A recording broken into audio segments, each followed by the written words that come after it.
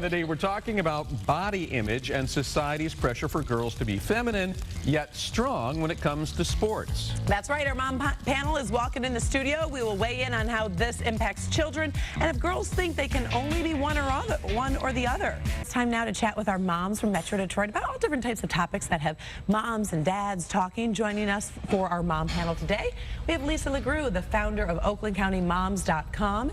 She's also a mom of two.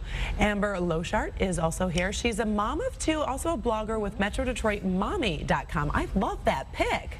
That's a great one. Also, Cameron Preston. She is a mother of two and a communications and media consultant and also a small business owner, so she's very busy and wears fancy hats. Like that.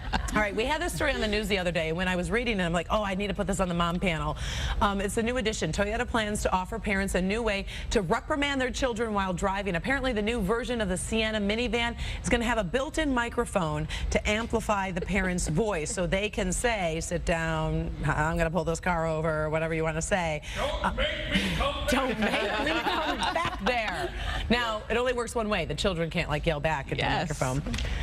Necessary, not necessary? I mean, obviously, I guess research shows that this is a good idea, that we need a microphone in our minivans. In my situation, completely unnecessary. I can outvoice my kids on any given day. I got the God-given motherly talent. There you go. Don't need it. It's just another gadget.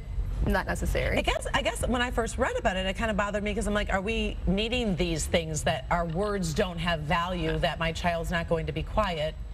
It'll be fun. It'd be great. Well, I love it for singing. You know, like when Vanilla Ice came on or something. I'd be like, yes. Dun, dun, dun, That would be my problem. I'd be singing and my kid would be in the back like, shut up, please. So that would be amazing. But not necessary? Not necessary at all. Moms have been yelling back seat for years. What about you? We can even reach over. I know. Yeah. You've got a 5 and a 2-year-old, right? 5, 2, and an 18. Okay. Would you use that? I would totally use it, but not for that. I think communicating with the children, when you're facing forward in the front seat and they're facing you, you can hear them better than they can hear you. So just like a regular conversation, it would be helpful. Or if you have adults in the back seat, because that happens once in a while, that you could have a full conversation, you know, where they're not feeling they're excluded because of a couple rows difference. So you're doing it more for obviously ease of communication, not discipline. Right. Yeah, I wouldn't use it for discipline at all. I mean, we pull the car over for discipline. Right, exactly. All right, the Harvard women's rugby team recently did a photo and video shoot about the struggle to be feminine, but also to be a strong athlete. And sometimes those don't mix, according to some. Now, their goal was to show people that strength is beautiful. And the question we're asking our moms right now is, do you think that this is something that children struggle with in terms of strength and beauty, muscle, and, you know, what do you think, Amber? I think growing up that I was always wanting to do those things that society told us only females do. And I think it's actually not necessarily a child issue, but just a society issue. I think that as we raise our children, we should be more conscious about things that we say and things that we do. For instance, you know, that's a man's job. You know, that's very demeaning towards a woman, because a woman can possibly do it, especially if it has to do with strength. Like, I go to a party and, can I get a guy over here to help me with these tables?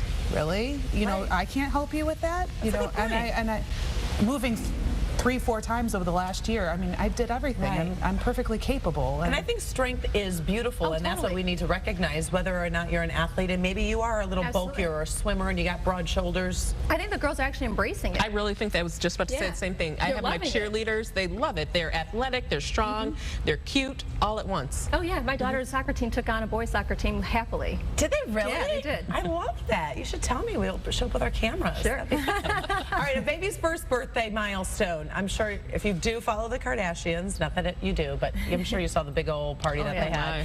And so that got us talking in terms of parents shelling out a lot of money to celebrate. They do really things that really are over the top. And you can say this to a 1-year-old party, or you can go any age, because this seems to be kind of being a trend. Cameron? I go over the top. You go? I was going to totally guess you did. Because you're so tough. No, for my son, for myself, all the time. Birthdays are awesome. So, I always what's over his the top? parties all the time.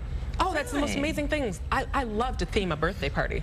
Okay, now, I Okay, just let us personally, throw a I party. kind of feel like it's I think it's too much. I think it's too much. I kind of feel like until my kid asks for one of those, I'm not doing that. I'm like, hey, guess what? It's pizza in the basement with a family, and it's like, I think that's fine. Oh no, Yeah. you're making me feel sad.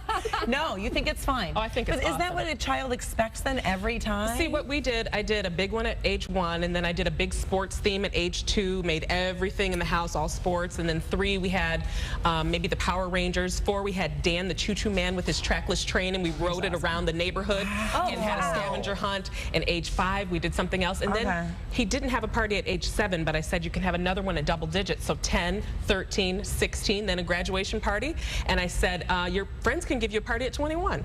Wow. And So I you're do the all same into it. for my birthday too. So I'm all for doing it for kids. What do you think, Lisa? I think she just loves to throw parties. But I think it's a little over the top because a child's really not going to remember it. So are you doing it for yourself and the guests, or are you doing it for the child? Right. So exactly. So Cameron's if like, that's Cameron's the having reason. parties for herself, so you know she's doing And it. if that's the reason, then it's fine. Right. You know, but for the child, I think a little bit older, Little. maybe they'll grasp the concept. Do you have an age where you're like, okay, this is when we're gonna have a big party? Every year. Oh, every year. Lisa, you're the only one. We actually just did a Frozen birthday party. We had, that's it was nice. awesome. Pinterest is my best friend. Really? It was gorgeous. We had these tissue paper snowflakes in the front room and a nice cake, and it was really No, that is a lot of wonderful. fun. That is sweet. I should probably do something We're more. feeling a little guilty. Yeah, right now. maybe I'll get a cake. But you No, know, just kidding. I was going to say, it all depends on the person too. If that's not your thing, Right, then, that's true. You know, Well, maybe we'll go to Cameron's There birthday we go. party. It sounds Maybe fun. we'll help you with your kids' All birthday right. Frozen. There you go. Thank you, ladies. I appreciate it.